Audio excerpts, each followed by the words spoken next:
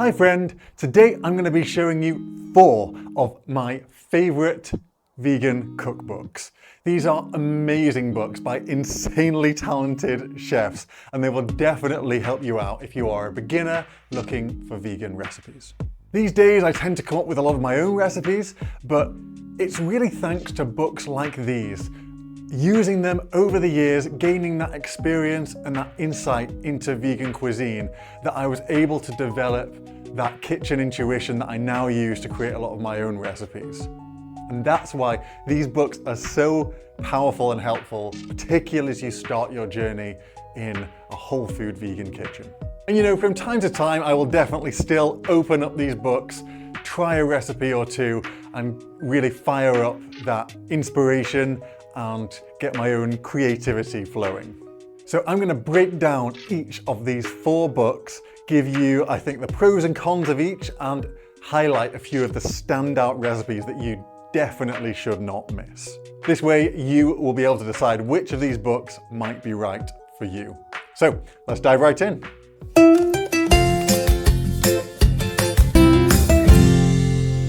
Welcome to the channel. I'm your host, Dr. Ryan Williams, the founder of Growing Pure, where I help you make vegan cooking and health fast, simple, and mind-blowingly tasty.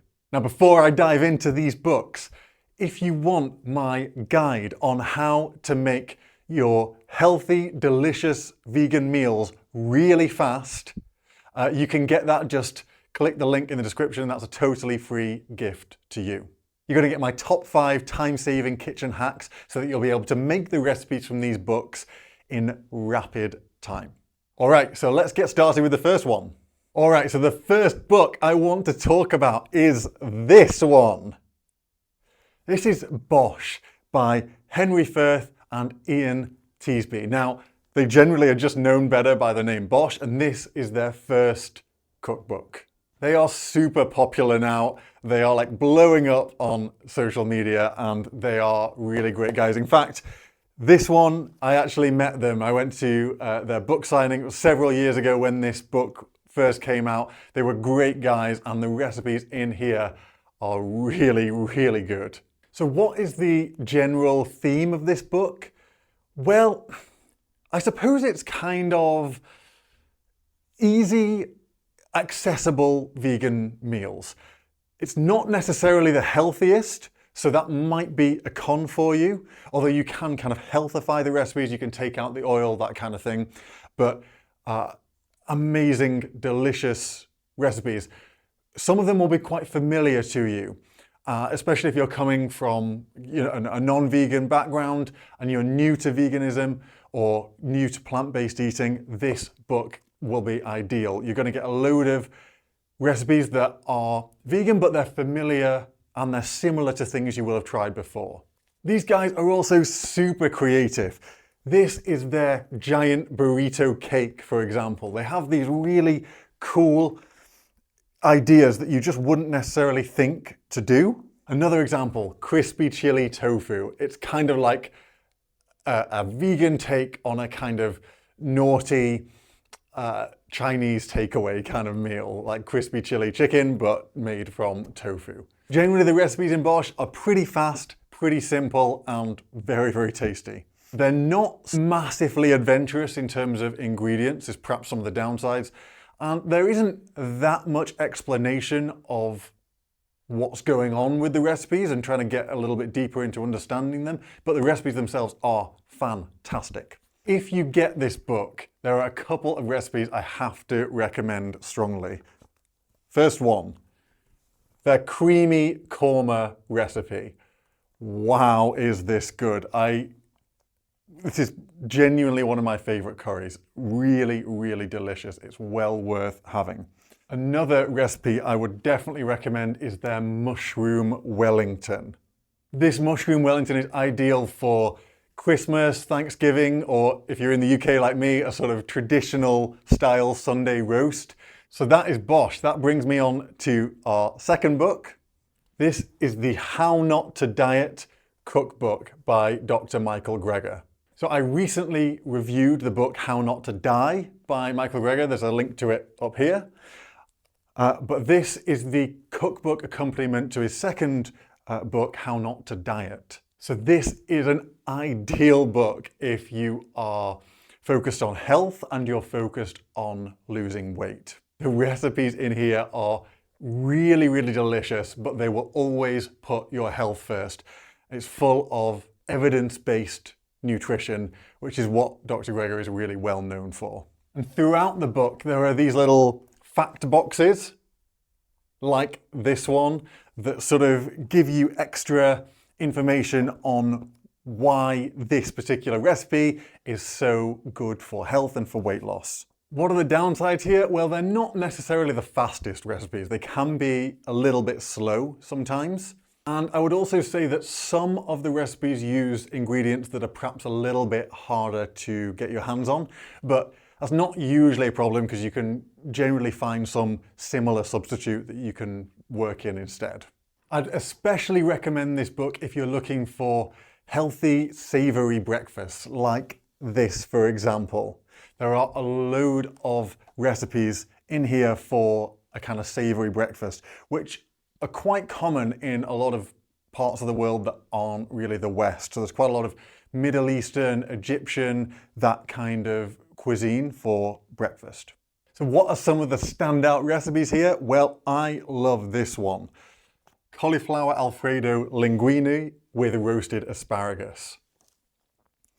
This is really, really cool because it's showing you how you can make a white sauce with cauliflower. So often white sauces are based around a kind of bechamel sauce, so there's lots of milk, flour, butter.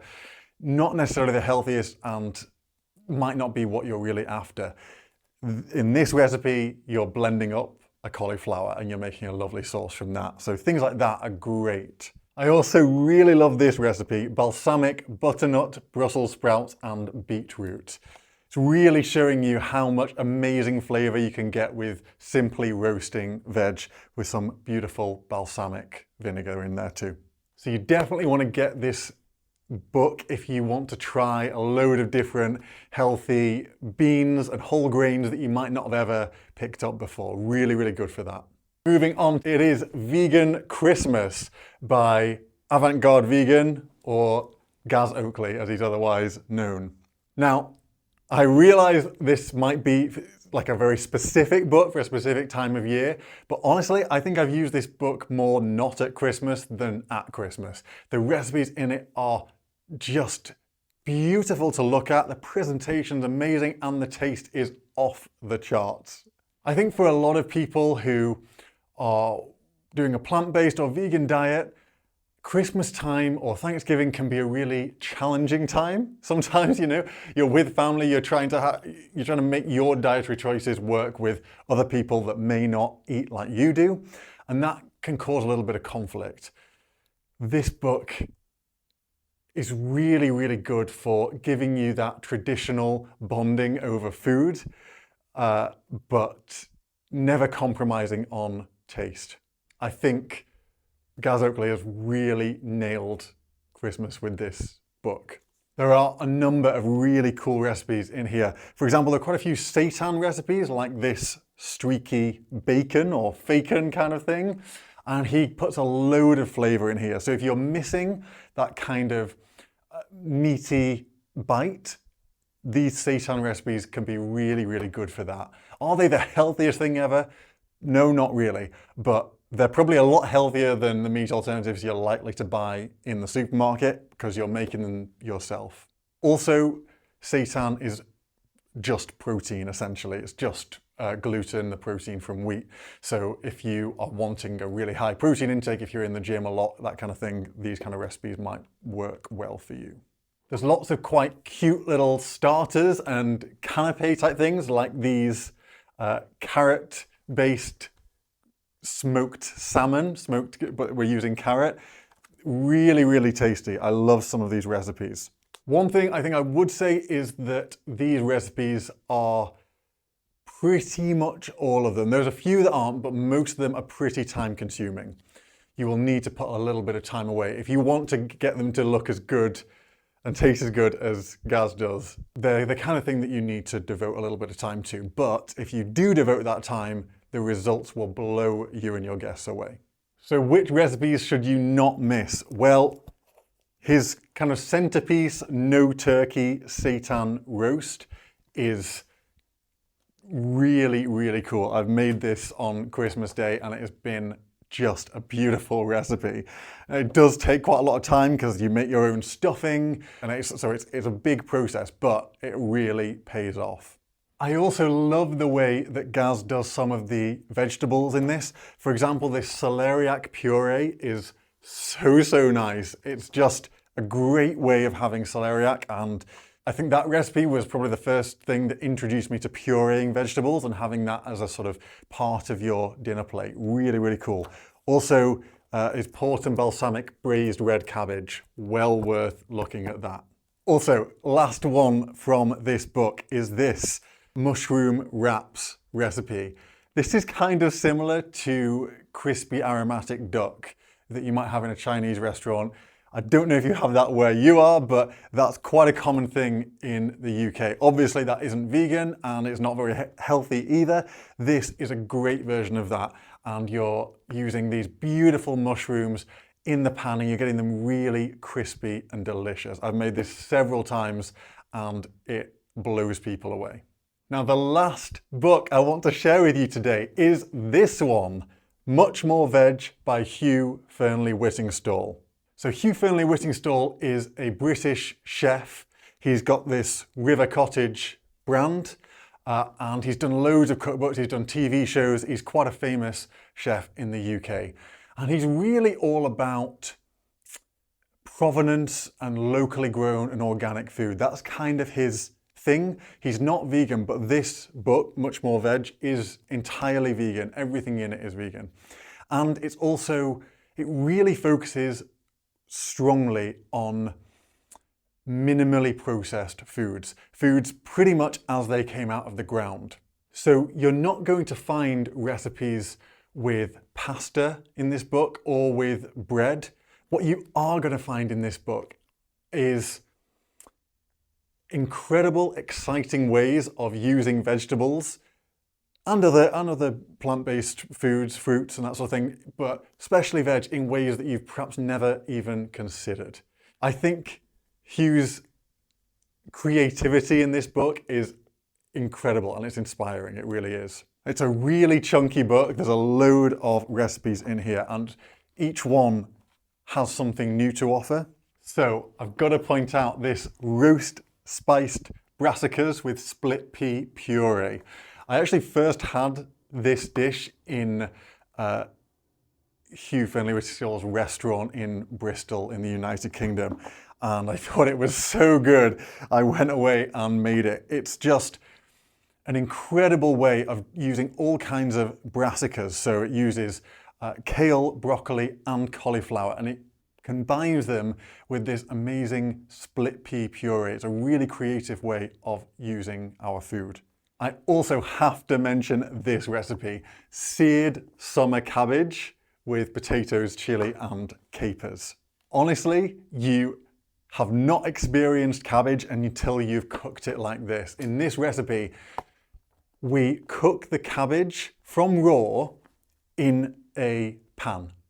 And so the aim is to get some charring and get some colour on it. And so the crunchy core is just cooked enough to eat, and then the outer leaves get sort of wilted down and you get this wonderful mixture of textures. It's an amazing way of cooking cabbage, particularly if you're bored or you don't like just boiled or steamed. Try it like this. You will not regret it. I also have got to mention this asparagus recipe.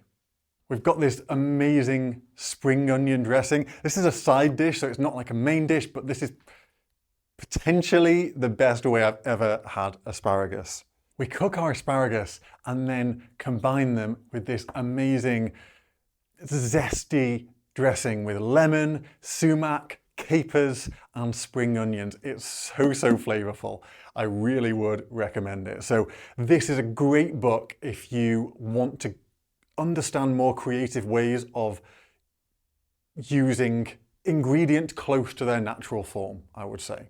And so there you have it. Those are 4 amazing books that Anyone would be great for a beginner, but you've got some choice there. If you're really focused on health and weight loss, go with the How Not to Diet book. If you want to know more creativity with your ingredients, go with More Veg. If you're looking for an easier, more accessible book, probably the Bosh one.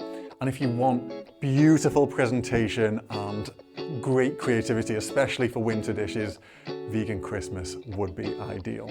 I really hope that one of these books might help you in your vegan kitchen, as all 4 of them have for me. Now please don't forget, if you want to speed up your cooking, make it really simple and efficient, you can pick up my guide, link in the description below. But I just want to say thank you so much for watching, and I'll see you in the next video.